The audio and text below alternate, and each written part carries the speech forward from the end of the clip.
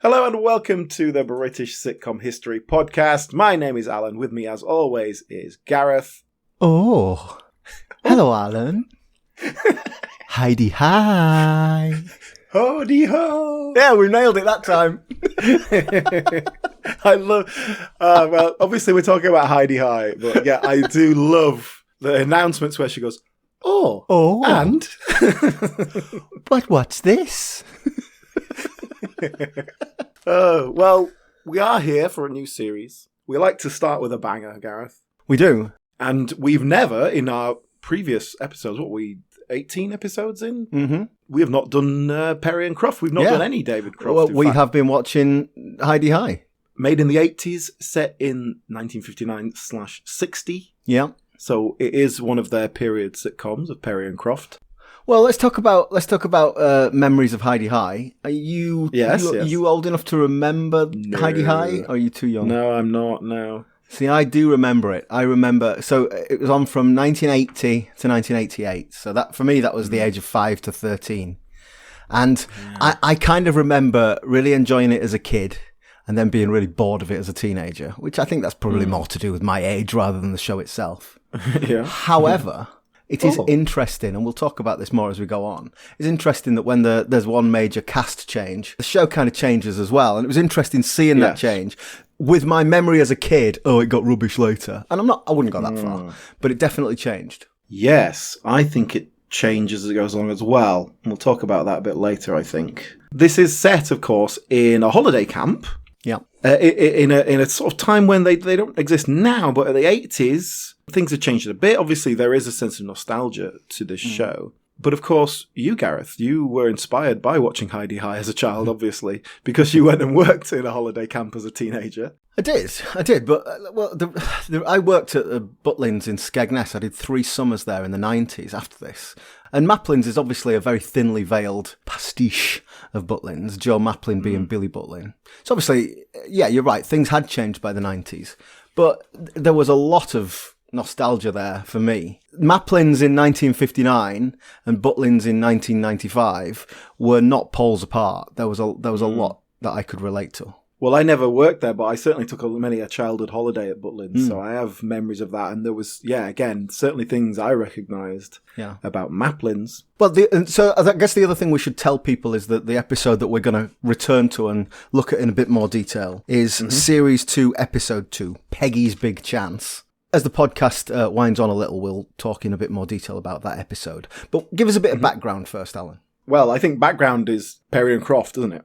Jimmy Perry and David Croft first worked together in terms of TV sitcom Dad's Army. Of course. And it was a huge success. Followed that up with 8.5 Hot Mum, which was already well into its prime by the time Heidi High was started. Let's just get the timings here then. So when did Dad's Army finish? Dad's Army, 68 to 77. Right, so that was done and dusted. 8.5 Hot Mum was 1974 to 1981. Okay, so there's a little crossover of all of these, And then Heidi High, it was actually, the pilot was 1980, 1st of January 1980, so it was filmed in 79. And then but the first series didn't start until the following year. So that was just about when 8.5 Hot Mum was ending. That was their last series that year. Right. So there's this kind of crossover of, you can work on more than one thing at a time, especially when one thing's up and running. You can start concentrating on creating something new. But Jimmy Perry, I want to talk about. I'll tell you what, David Croft's got a lot of major name sitcoms, and I feel like we're going to have opportunity to talk to him about him again at some other point. So rather than dwelling too much on a lot of background information, let's concentrate on Jimmy Perry today. Okay, so we hopefully will do something else that David Croft has done in the near future, and then undoubtedly, yeah. But Jimmy Perry, okay, so let's look at those sitcoms again. Dad's Army, 8.5 Hot Mum, Heidi High. Yeah. Have a guess at what Jimmy Perry's general early life biography is. Well, was he military? Did the whole acting thing in the army? Yes, he did. So he was born in 1923. Yeah. So during the war, he was still a teenager, and he was served in the home front as a young pike-like boy. Uh-huh. And then he was slightly mothered. Of course. Then he did eventually serve in India and Burma as part of a concert party. Interesting. And then after the war, he did train at RADA and on a serviceman's scholarship. And then he did some summer seasons as a redcoat at Butlins. But Jimmy Perry, where do you get your crazy ideas? That's amazing, isn't it? Talk about write what you know, mining personal experience. And hey, do you know what? It works. Oh, it works. Those shows all work, and I think the beauty of them is that they're obviously coming from reality. First rule of comedy, Gareth, is you must have reality. But then he went on to become the actor manager at Watford and ran a theatre for quite a long time with his wife before becoming perhaps more well known with Dad's Army. More well known as a writer. He was an actor. In fact, when he wrote Dad's Army, the idea was he would play Walker. Okay. Because he would have been about the right age for that, and they talked him out of it. I don't know if that's a comment on his acting abilities, or they just would prefer to have him concentrating on the behind the scenes. So Dad's Army was the start of his success as a writer. Did he ever do any more acting, or had he made a transition to writing then? Yeah, pretty much. I mean, not to say he never did any acting, but yeah, he was certainly, that was his job. He was a writer / producer then. And working with David Croft seems to, that there was obviously magic there, because he has done a couple other things without David Croft, but they were by no means big successes. But having said that, like I say, these sitcoms laid over each other. He was working on Dad's Army, Ain't Half Hot Mum, Heidi High, and then You Rang Me Lord. That's 25 years in which he was constantly working on one of those shows. And these are big mainstream shows, aren't they? Yeah. So that was his career. By the time You Rang Me Lord finished, he was 70 years old. Okay. So no worries. He was a bit late starter because he was in his 40s when Dad's Army started, but that's because he was working as an actor manager before that. He was working. So that's his kind of career in a nutshell. But I think we can see those themes that run through that. Yeah, they're all period set sitcoms. They're kind of based around things he's known himself. They're nostalgic, but only kind of one generation back. I feel like the whole point of that is that, we can remember that. Our audience can remember that. And I think perhaps You Rang My Lord is an exception there. And it's the least successful of the lot. Is that the same reasons? I don't know. Also, what Perry and I think what David Croft brought to it was a real slick production quality. They were efficient. They were quick. They were cheap, by the BBC standard. It was like they got the job done. They weren't messing about and spending extra money on extra days' filmings. And the other thing I would tie up with all those is casting. They cast their pieces very well. Yeah. Or at least the leads. But they always had all those three sitcoms have these large ensemble casts where you've got a concert party, a team of yellowcoats, a platoon. Yes, there are stars, there are characters that carry the story, but there is a crew behind them. I will say, and I think Heidi High does fall into this a little bit, I think there's too many characters a lot of the time. Yeah. I think certainly David Croft's other material, like LOLO, is particularly bad for it. It's just so many characters. Like, we have to do something with all these characters. Yes. And I think it suffers for that. These earlier ones are a little bit more controlled, perhaps is the word. But let's talk about that a little bit as we go along, because there is a big cast to Heidi High. And I think some of them get a little bit lost in the background. But the other thing that I will say for Jimmy Perry and David Croft, people talk about them. You see interviews with actors worked about them. They love them. And Jimmy Perry particularly, like, he was a father figure. He treated everyone like his family. Putting a cast together that like each other and work together well, but also work with the production company well. And your technicians, your cameramen, it's the same people every time. Well, that's what I was going to ask. So Croft and Perry write this thing. I know what the actors do. Are Croft and Perry there on set all day, every day? Are they what we might call showrunners now? How involved are they? Yes. David Croft is literally the credited producer. Right. And as I understand, Jimmy Perry was essentially a producer as well. And they were the creative force and certainly trusted by, in this case, the BBC to get the job done. So they were there. That's good. I mean, real kind of company guys. They weren't trying to break boundaries here. They were delivering a good, solid product that knew would sell. And I saw a little interview with them, and Jimmy Perry said, I don't think there's any point in doing a show unless you're going to do 60 episodes. You just get going and get these characters set up. Then you can start working with them. The idea of doing a Fawlty Towers 2 series was completely, not. That's interesting, isn't it? Because I'm not saying I agree with that, but that's what he said. We have this narrative, don't we, that Fawlty Towers is the perfect sitcom, and Ricky Gervais modelled himself on that, and all this idea that 2 series of 6 is the perfect way to do it.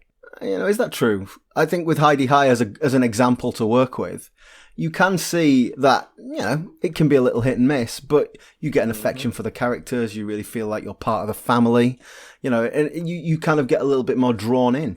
Having said that, I could have done with Heidi High ending after series 5. Yeah. LOLO certainly went on too long. I dare say we are going to cover LOLO at some point, but can I just pick you up, because you seem to refer to it as LOLO, as if it's a policeman saying LOLO. It's LOLO, like it's actually spelled apostrophe A. Allo. Well, you don't have to do the accent, mate. Just stop saying LO. I'm doing it with a Gordon K. Yorkshire accent in tradition. Let's jump into our episode. That seems like the best place to go. That's about as much background as you need, I think. So, Series 2, Episode 2, Peggy's Big Chance, and we open in Jeffrey's chalet, and he is in what looks like a sort of dressing gown, no trousers on, and because Peggy has been pressing his trousers. Yeah. And she comes in and she's ironed his trousers, and because she's so conscientious, she's also ironed the pound note that was in his pocket. So we got our first 2 characters here. So let's talk about Jeffrey first. So he's the boss, he's the entertainment manager, and he's the posh guy. He's the posh guy. Joe Maplin likes to bring in a posho, keep the grunts in line. Yeah, and I think this is straight up, it's class Fish warfare. out of water, isn't it? Well, we get, obviously Dad's Army is literally built on the idea of class conflict. You have a character in It Ain't Half Up, Mum, as well, don't you? Who university educated. Yeah, but over and above that, in the army, you've got the officer class. You've got your NCO and all that sort of stuff. There's a whole hierarchy there, and again, we're playing with that here, and I think it's great fodder for comedy because if you have an authority figure, you can push against them. If you have an authority figure who's hapless, it's perfect. You can take advantage of them, but then you have this conflict of why are they in charge anyway? And back in the day, perhaps not so much these days, but it's because they were posh. That's all. He's university educated. That's it. Yeah, and it's particularly relevant here. Jeffrey Fairbrother here is not only unqualified for the job, but also actually useless at it. Yeah, he's incompetent terrible as well at the job. He knows he is and feels bad about it. And so in series 1, we set him up, or in the pilot actually, we set him up that he's a university professor an archaeologist. Archaeologist, and he's just bored. He's sick of it. He's not what he wants. He wants a new challenge, and he wants to do something that's going to take him out of his comfort zone. And so, for whatever reason, he takes this job at Maplin's as the entertainment manager. We get a really nice scene in that pilot where he's talking to his mother. His mother's mortified that he's going to go and work in this holiday camp. That's another example of the way the country's going to the dogs. We've lost the empire, Eden's gone, and hordes of teddy bear boys are tearing up the cinema seats every time they hear that dreadful little Cockney man strumming his guitar and singing about a little white ball. That is a great setup. If you're doing a period piece, how do you place it in time? That is how you place it in time. Yeah. And Jeffrey, of course, is sort of, he's aware of his privilege. Doesn't quite check his privilege, but he's certainly aware of it. There's a guilt about it, and he wants to do well. And I think that's important, obviously, because if he was just, and perhaps something we'll talk about later with Clive Dempster, if he was just taking advantage of all that privilege, it's a different vibe. You have a lot less sympathy. I like Jeffrey, even though he is useless and he is, in charge. And everyone else is having to, bail him out, essentially. I like him. Exactly. I like him. He's a nice presence. Yes, indeed. And you're not the only one who likes him, Gareth. Gladys Pugh likes him. We'll get to Gladys in a minute. Yeah. Because there's a saying sexual tension would be understatement. Like, there is daggers drawn, no man's land tension between them. Let's come back to that, yeah. We'll come back to that. Let me ask you, while we're in this chalet scene here, Yeah. in Jeffrey's chalet, let me ask you about chalets in holiday camps. I can't remember well enough of my time in Butlins, but I'm pretty sure we had toilets in the chalets. I think that had moved on by the 90s. Well, in the 90s, first of all, the word chalet is, I think that is a triumph of marketing. That was a classic Billy Butlin move because they were sheds. We used to call them sheds, but it sounds posh and it sounds French, a chalet. Chalet. And that was Billy Butlin didn't invent the word, of course, but he popularised it. And they did you notice that Ted Bovis refers to them as shallots, which I quite liked. But so the chalet that Jeffrey's in there, it's just one room. It's sort of one room with a door and a window. He's got a bed in it. The other characters who are not in the officer class share. There are 2 beds in the rooms. Mm-hmm. That is not dissimilar. So when I worked there in the 90s, the staff were in the worst accommodation. It was like a 3-bedroom place, so it was a larger version of that. So I had a bedroom that looked like that. And then there were 3 of us plus a toilet, a bathroom. So we did have a plumbed-in toilet. But, my memory of those sheds is that they were freezing cold. There was no insulation. They were cold and you could hear everything going on around you. There was no insulation in that sense either. So I saw those chalets in Heidi High with a due sense of nostalgia and a shiver of cold. Yeah, and they really are just a box with a bed in it and a sink in the corner, Perhaps that works for a sitcom. It's I suspect they only had one chalet set and then just quickly threw a new bed and put the wallpaper up for Barry and Yvonne. Yeah, exactly. Nice and easy. You could throw that together in 3 minutes.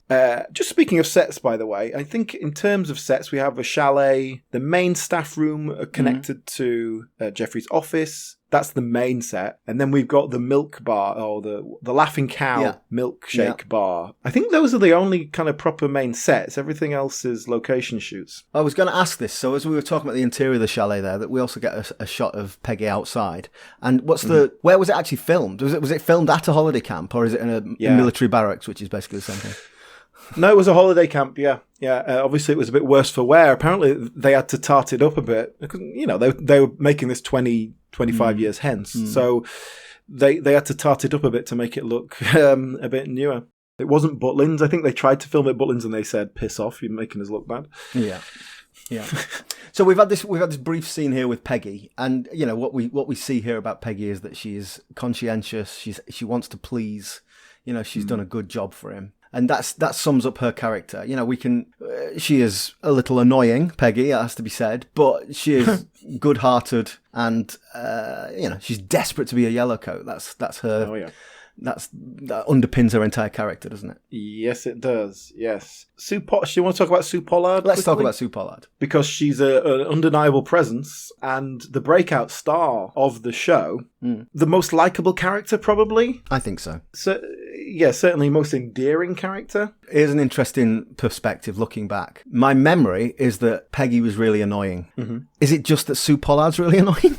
Is that just what I'm remembering from her being on Blankety Blank and Wogan and whatever else she was on at the time? Because I really warmed to Peggy Ollerin-Shaw. I thought she was lovely. Yeah, I think when you see it in context in the character, she is naive, but she is also extremely likable and honest and true and loyal and all this sort of positive things. But it has an undeniable eccentricity that appears to just be Sue Pollard. If you ever see her in real life or anything she does, seems to be exactly that way. From what I understand, Perry and Croft had met Sue Pollard and kind of said, we need to do something with her. What had she done before? What was she before this? I mean, she started out as like a club singer. Okay. And she was on Opportunity Knocks in the 70s. Right. Did a lot of work in musicals, musical theatre stuff. But her first TV appearance was in a sitcom called Two Up, Two Down. It was 1979, just did one series. And it's about this newly married couple who come home from honeymoon to their house, and this 2 hippie couple have squatted in their house. And they just have to get on with it and live together. And what crazy shenanigans. Anyway, so Sue Pollard was the hippie, the woman of the hippie couple. Okay. So that kind of went nowhere, but it obviously brought a bit of notice. That's the same year that they shot the pilot for Heidi High. Mm-hmm. And like I say, I think from what I understand, Perry and Croft had met her or had arranged a meeting with her just in a kind of like, oh, you seem like an interesting character. What can maybe we can work with you. And she made enough of an impression that they were like, well, let's make something that will work for her. And so obviously Peggy is a perfect fit, the potty Shelley made. Potty's a good word. I think that there's an episode later on towards the end where she gets a chance to be a yellow coat for the day, and she goes absolutely mad. You know, it's really over the top and cartoonish. She's so excited, and it's like she's on some crazy drugs. That's Sue Pollard. I think in these earlier episodes, she's being Peggy Elrenshaw, and it's a lot sweeter, a much nicer character. Yeah, I went to an event fairly recently as Sue Pollard was there, and yeah, it's pretty much just how she is now. Like she's 70, 73 or something now, and she's still the same. Dresses like a child's imagination, and see, I think that's quite sweet. Yeah. Oh yeah, it's very endearing. I don't know if I could live with her, but she's a presence. She's certainly a powerful. Yeah, presence. I think I know what you mean. And that personality came through, and that made her a bit of a star, beyond being an actor. But she was a celebrity. She was on Blankety Blank. She was a presenter and all that sort of stuff. And perhaps the acting work has taken a back seat to that. But then she was in You Rang My Lord, which came straight after this, and then Oh, Dr. Beeching as well, which was a David Croft show. I mean, in You Rang My Lord, she's the same, really. In Dr. Beeching is a bit more kind of relaxed, but I'm not getting a great sense of range of acting. I get you. But that's fine. She does well off it. There's quite a memorable episode of Gimme Gimme Gimme in which she appears. Right. She's done a lot of, musical theatre, panto, that sort of thing. Yeah. I tell you what, though, surprisingly little I was thinking in terms of the big celebrity shows. I don't think she's been on The Dancing or The Jungle. Yeah, that's a good or point. those sorts of things. She does do those celebrity appearances, but she doesn't seem to do the ones where you have to commit for like 6 weeks. That is surprising. You would think she'd be prime candidate for that sort of thing. Yeah. But she certainly applied a trade off of being Sue Pollard. Sure. Okay. Back to our episode, back to Jeffrey's chalet. And so Peggy leaves, and in comes Gladys. And this is awkward because he hasn't got his trousers on yet, and Gladys is focused sexual predator. Yes, she is. Isn't she just? And just blatantly staring at his legs. Yeah. A lovely physical comedy bit where she's staring at his legs, he realises she's looking at, and he zips up the fly of his trousers, even though he's not that he's wearing holding. them. Yeah.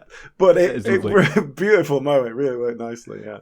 So let's talk about, I want to talk about the relationship here, which is one of the absolutely core relationships to the success of Heidi High between Gladys and Jeffrey. But before we do that, let's divert and talk about Ruth Madoc. Oh, yeah. Okay. Yeah. Well, Ruth Madoc, she had worked back 20 years prior to this. She'd worked with Jimmy Perry. Okay. In theatre. She'd been at the Watford Theatre where he'd been. Oh, I see. So she knew him from way back. So at some point, he had this character and thought of her and got her in to read for it. But she just, odd TV credits and things. But this was her big break in terms of becoming a household name and all that sort of thing. I'll tell you what, though. Here's a niche little sitcom connection. Her husband, at the time, Philip Madoc, she did later marry someone else, but obviously where she gets the Madoc name. Yeah. He's an actor as well and had done a fair bit of sitcom stuff, but he has a very specific sitcom legacy moment. Go on, because I feel like I know that name. Go on. Well, in Dad's Army, yeah. What's the most famous moment in Dad's Army? Don't tell him, Pike. Your name shall also go on the list. That's Philip Madoc. Playing the U-boat commander. How marvellous. What a great little moment in sitcom history. Yeah. That is falling through the bar famous, that one. So Ruth Madoc was married to him at that point anyway. They certainly had split up by the 80s. In terms of sitcom, the only other thing I found for Ruth Madoc was in 2009, a show called Big Top. Top is sort of a circus thing. Amanda Holden was in it. Oh, right, okay. I don't remember that at all, I'm afraid. But that's it really. Not a lot of sitcom connections. I had a question there about Ruth Madoc's age when this was made. But I want to broaden it out. And that was a thing I kept clanging on a little bit, is that the Yellowcoats, the entertainment staff, they're all sort of in their late 30s and 40s, aren't they? Which is not realistic. You go to Butlins and all the Redcoats are 22. Yeah, exactly. And so, some of the Yellowcoats are specifically mentioned that they're young, but... Now, Gladys is the senior Yellowcoat, and she's there, and a sports organiser. She's not just a bog-standard Yellowcoat. But she's... Well, I'm guessing Ruth Madoc was about 40 by now. What's the... what age was born is the in character supposed to be? 43, so yeah, she was, 37 when the show started? Yeah. Right, okay. And definitely, by the time the show runs for 8 years and it's only set over 1 year, it starts to show a bit more, doesn't it? Yeah. Simon Cadell, when the show started, was 30. Yeah. And looks about 45. Yeah, well, you got that. But he's got that Oxbridge kind of old... Yeah, he looks like an Oxbridge professor and could be 50. If you told me he was 50, I would have believed you. Hey, talk about Simon Cadell, though. He's got a bit more of a theatrical lineage. Yeah, we missed him out. Let's talk about him. His cousin, apparently, so I read on the internet, his cousin is Guy Siner. Oh, yeah. From what programme was he in, Alan? Hello. Very good, very good. And his sister is Selena Cadell, who is one of those people, the name might not particularly spring to you, but you see her face, you go, oh, God, yeah, okay. I know her. Seen her in all sorts of stuff. He is a bit posh in real life. He went to school with Giles Brandreth. That's pretty posh, isn't it? Okay. And came up through the theatre circuit. Again, this is the show he's best remembered for. And he married Rebecca Croft. He married David Croft's daughter in 1986. So presumably met her through his connections, through this show. But like I say, that really shows that they were a tight-knit group. The sort of thing where you would get invited over to the family home for dinner and Sunday lunch or something. No, I know that we're going to talk in a while about when Simon Cadell left, didn't he? And I know that he died quite young, but why did he leave? I know he died after he'd left. It wasn't, that wasn't the reason he left. Do we know why he decided to move on? Well, apparently, Ruth Madoc says that he made that decision really early on, like in the first series, and told her, but said, "Don't tell anyone." But I'm not sticking this out. I'm not gonna. What did you do? 5 or 6 seasons? 5, yeah. Yeah, 5 seasons. So that's a lot. That's 4 years or whatever it took to. Perhaps he's one of those people where the sudden fame doesn't sit very well and feels like an intrusion. Who knows? But he apparently made that decision fairly early on. He did do another sitcom just after. In 1987, did a sitcom called Life Without George for a couple of series of that, and it was written by Penny Croft. Ah, well, that sounds like it might be connected. Another one of David Croft's daughters, so it would have been his sister-in-law at the time. Sure. So there's a little bit of incestuousness about the whole thing, but still. But yeah, he died very young, had a heart attack at age 42. And then died of cancer. I think it was in 45. He was so very young, heavy smoker apparently. Yeah. So read into that what you will. But yeah, I don't think I've ever seen him in anything else. And in terms of his performance here, when I first watching it, I don't think it's Simon Cadell's fault, but I think there is an issue with having a character that absolutely sucks the energy out of the room. And it's deliberate. That is what he's supposed to be doing, but I just think it works too well. So not only does it stall the comedy of the world that he's in, it stalls the energy, but it stalls the show as well. It stalls our sitcom show. Okay, that's interesting. I don't think I picked that up. I quite like his awkwardness. I quite enjoy how, particularly when he interacts with Ted, and Ted's constantly trying to get one over on him. I like that. I like it's not even like they're circling each other. Ted's circling him. But I quite enjoy the imbalance of power there. Yeah. I missed him when he was gone. Definitely. I will talk about that change later, but I think while I was watching the specific episodes, sometimes just like, oh God, right, yeah, God, this guy's just crushing everything. But I think the character is nice. I think, he has this authority every now and then, but then has no confidence in it. And whereas Ted is all confidence, no power. Although the power he has, he wields as much as possible. Sure. We'll come back to Ted in a sec. So we talked about Ruth Madoc and Simon Cadell. Let's talk about this relationship then between the two characters. And this is one of my problems with this relationship as opposed to the one we get later on with Squadron Leader Clive. At no point does Geoffrey Fairbrother show any interest in Gladys. And in fact, very specifically pushes her away at every opportunity and tries to put her off. And yet she persists. Nevertheless, she persisted. And so it does feel quite predatory, like you described her earlier. It does. It doesn't feel like a will they, won't they. It feels like a sexual predator attacking its prey. It does. And the dynamic is different. I'm not saying, imagine if it was a man, if it was the other way around. That would be a different dynamic. But nevertheless, it is uncomfortable. I think it's supposed to be uncomfortable. Like, that's where the comedy lies. But to me, sometimes it just gets a little bit too much. I'm like, oh, God. When they're just in a room alone together, it's almost metaphorically, not literally. He's sort of got his back up against the wall and she's breathing down his neck, And I think the idea is that he would if he could, but he's still married and he's like worried about that, and he's kind of thinking, I don't want to get a divorce. He's separated from his wife, but he still thinks maybe it could work, and the idea of divorce is kind of shameful.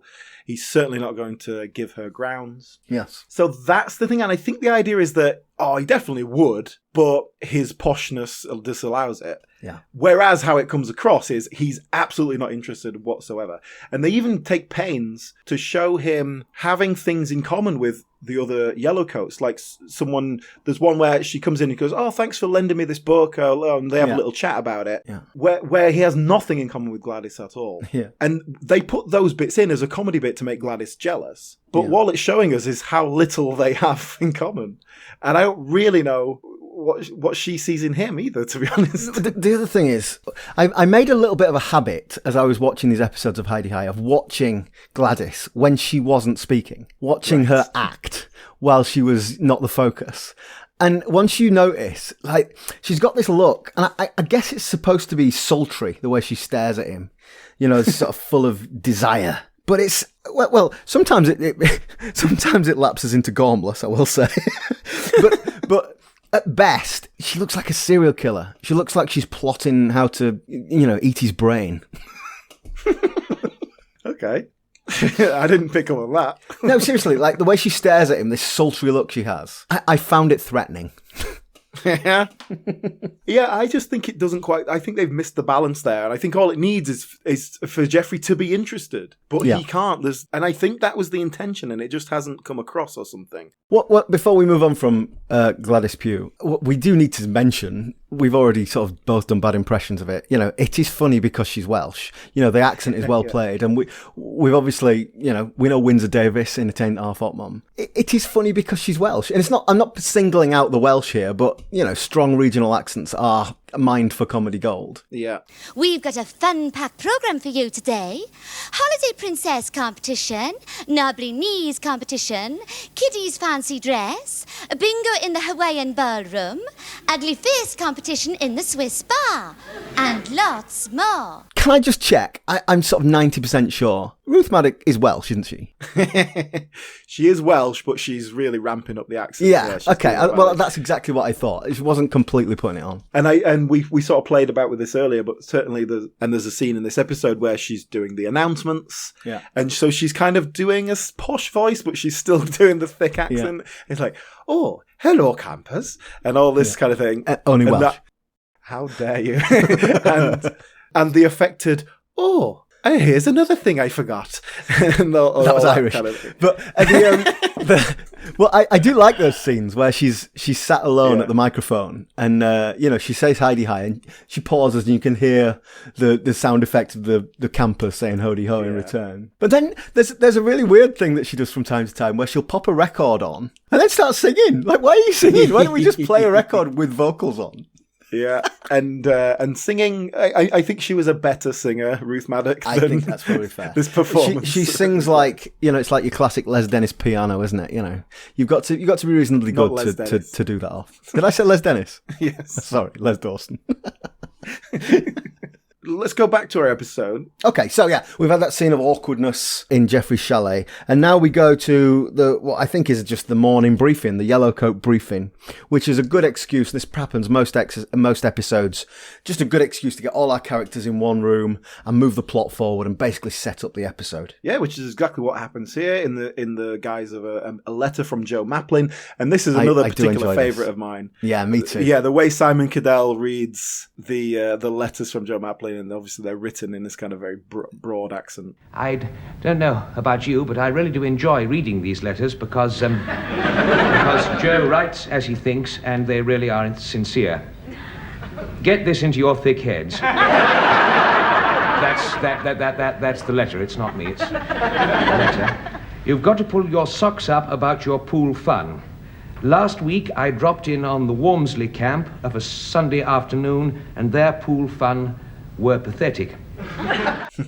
Absolutely fabulous. That never got old for me as we watched those 5 series. I enjoyed that every time. No, it was really nice. And you get a really good idea of what Joe Maplin is. And that's quite important because he's this unseen hand who is really wielding the power and doesn't give a toss about any of them. This is why Joe Maplin wants the officer class, so he can tell them what to do. Right. Oh, that's what it is. Okay. Yeah, I like it. Yeah. That he's getting his own back for whoever shouted at him in the war. Yes. I like it. Yeah. Yeah. So in this particular case, Joe Maplin says your wheezers around the pool aren't good enough. Do something new. And so the rest of the episode is them coming up with and executing a plan to have better pool wheeze. And yes, they make that joke too. Before we move off that scene, we get a nice look here at Spike and Ted, which you remember earlier I said that relationship between Gladys and Jeffrey is one of the key. I think this is the other one. Spike and Ted. You know, that's the other real interesting dynamic within the group, and it's very much older and younger brother, isn't it? Yeah. And we get here a little bit of classic Spike and Ted badinage. Spike's reading the paper, and Ted says, "Oh, what's happening?" Castro's having a purge. And what's all that greasy food? Which is a classic gag that doesn't make any sense at all. But you know, it sounds like a joke. It's got the rhythm of a joke, and we all laugh. And that probably sums up Ted's act. Yeah, exactly. Yeah, I do really like the Ted and Spike dynamic, and I think it's something that gets lost in later series. Yeah. But yes, it is mentor and mentee. And we'll get a bit of this later in the episode where literally teaching him how to be funny. Yeah. And they are chalk and cheese in the character sense. Ted is this consummate professional, old hand, knows every trick in the book kind of thing, including all the fiddles, including the tricks that you don't write in the book. Yeah. And Spike is naive, kind of fresh-faced, just wants to entertain people. He's an idealist, isn't he, Spike? And also thinks it's something morally wrong with conning people out of money. Yes. Exactly. But this is I mentioned the age thing already. I think, Spike, Jeffrey Holland plays Spike with this boyish charm. But he's, what is he, 40? He must be in his late 30s when this starts. It does feel like the character's supposed to be younger, doesn't it? Yeah, the character feels like this naive 20-year-old. And, I'm not saying he looks ancient, but he don't look 20. How old do you think Paul Shane looks? Well, that's a different question. So, I'm going to say, all right, so I know what this conversation is. What's going to happen here is we're going to say, God, how old do you think Paul Shane is? Oh, God, he's ancient. And it's going to be younger than me, isn't it? Well, when they've made the pilot episode, so the first episode, which you've seen, yeah, Paul Shane is 39. Shut up!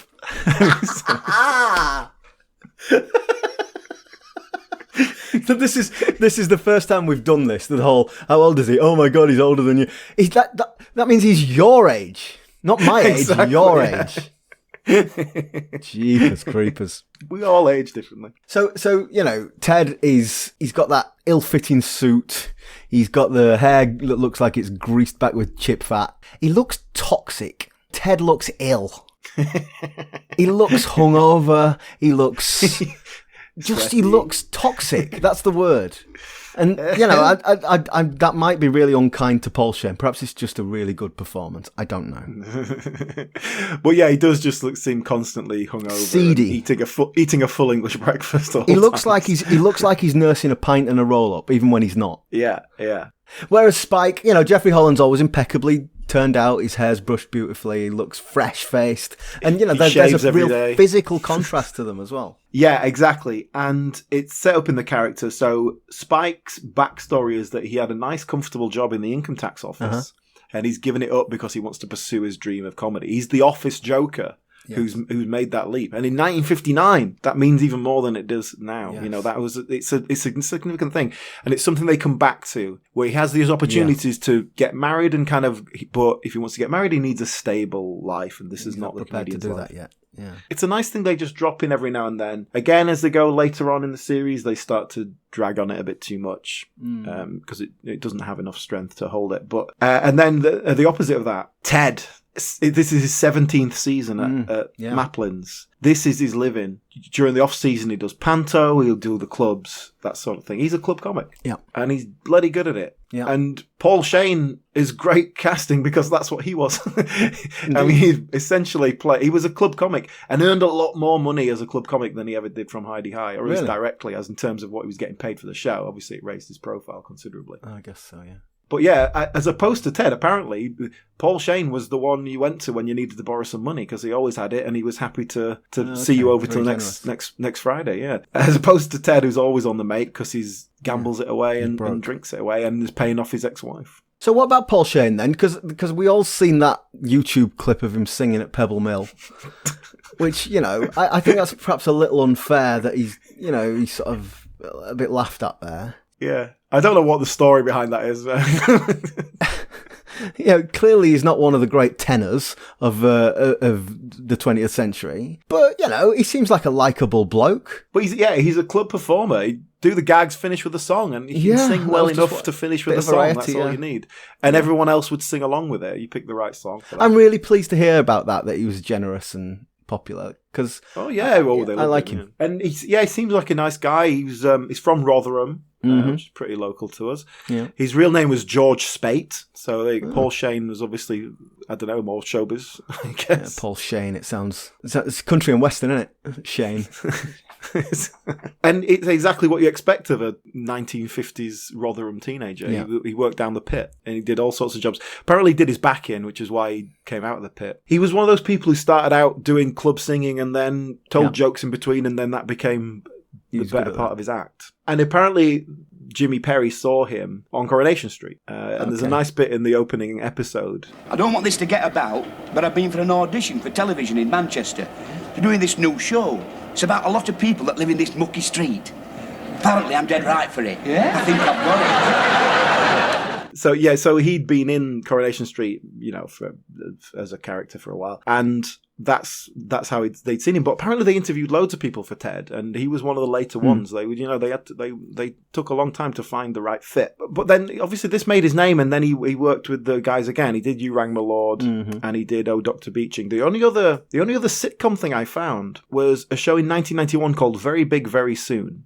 Okay, don't remember that. Didn't do a lot of business, but guess who wrote it? Go on. This is just an interesting little thing. Daniel Peacock.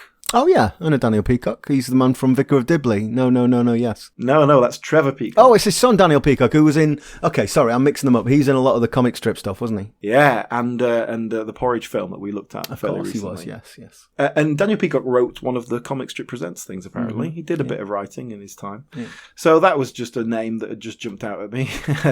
But yeah, that's it, really. Did a lot of panto.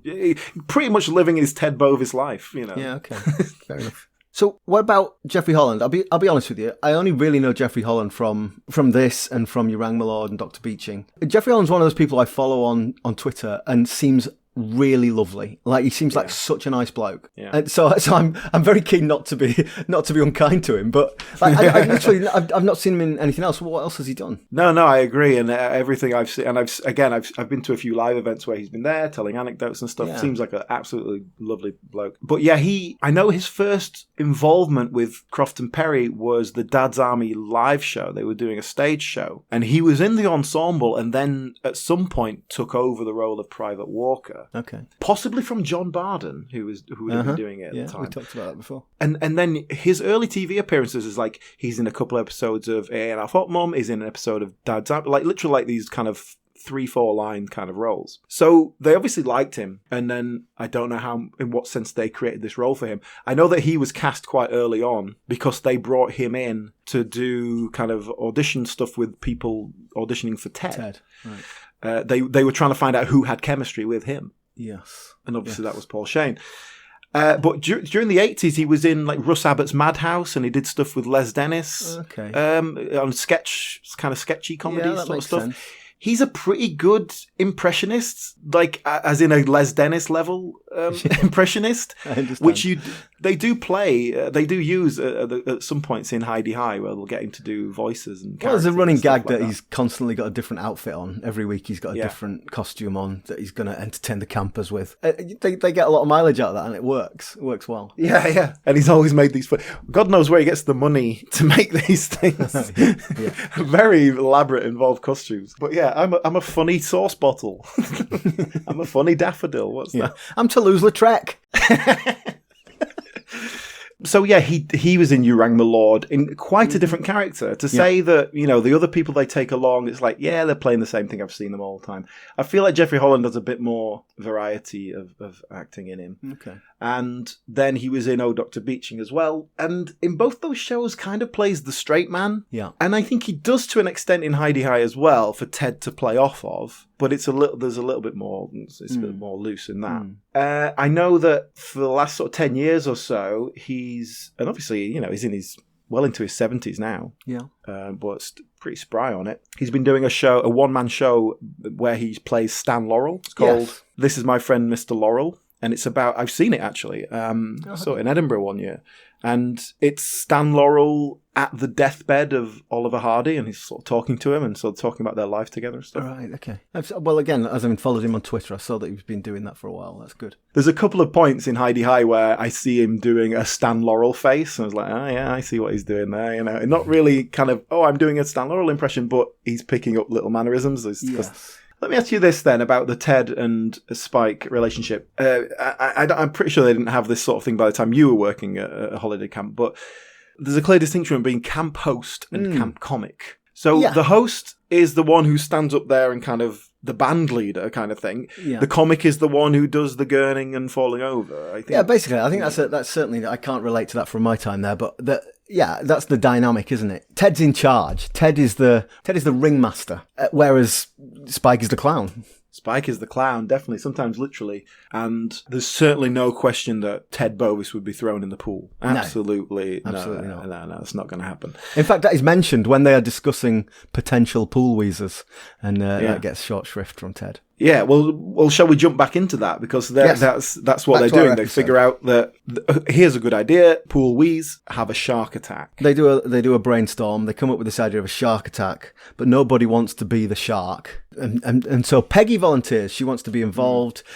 Incidentally, I do like the way she's a chalet cleaner. That's her job. She cleans chalets, but she's always hanging around the entertainment's office. Which she wants to be a yellowcoat. Fair enough, but those chalets aren't cleaning themselves, Peggy. Come on, do your job, girl. Well, what I like about it, she's always kind of like, oh, I'm just tidying up these mugs. I'm just cleaning it. Like they managed to make it work. There is a bit of artifice about it. Or then she's like ironing Jeffrey's trousers or whatever, taking on extra jobs just so that she can be around the entertainment staff. She's keen to impress. Yeah, but anyway, she volunteers to be the shark, and obviously we will come back to that. The end of the show is the big scene where she's sharking it up. Well, here's a question, Gareth. How come at no point in this conversation do they go, well, one of the twins could do it, or that other one who stands in the background, that other yellow. Why don't one of the yellowcoats be the shark? Yeah, exactly. We've got these sort of background yellowcoat characters, haven't we? And we've got some female ones and some male ones. We'll talk about the women later, but let's talk about there are 3 male yellowcoats. I'm going to call them himbos. And it's the same 3 guys all the way through, isn't it? The same. It's 3 not. actors. No, the other one changes. Right. So firstly, you've got 2 twins. And they are billed in the You Have Been Watching at the end as the Web Twins. I genuinely have no idea what either of their names are. No one knows what their names are. And then there's a third one who's, sort of stands in between them as a sort of punctuation mark. Yes. And the actor changes, although the character I genuinely doesn't. hadn't realised that actor changed. No one realised. No. I feel a little rude about that. How many times does it change? Is it just 2 different people? Yeah, just the one change. Okay. But it is the same character. They don't bother trying to change that. Where they do with some of the girls, they swap them around. But yeah, it's interesting that we'll talk about the female yellowcoats later on, but we have those sort of not quite background characters, but just at the back of the ensemble. We've got the male and the female yellowcoats, but the female yellowcoats have more to do. They have more lines. They are more involved in the plot. It's almost like the fellas are treated as they're just there as set decoration, whereas the women are not quite so much. Correct. And the men do get a bit more involved later series. You know, they sort of, I guess they go, look, you've been here for 4 years, we better give you a line kind of thing. Well, I'll tell you what, as you know, when I put stuff out on social media and I sort of go on and I clip screenshots so that I can put them up on Twitter and so on.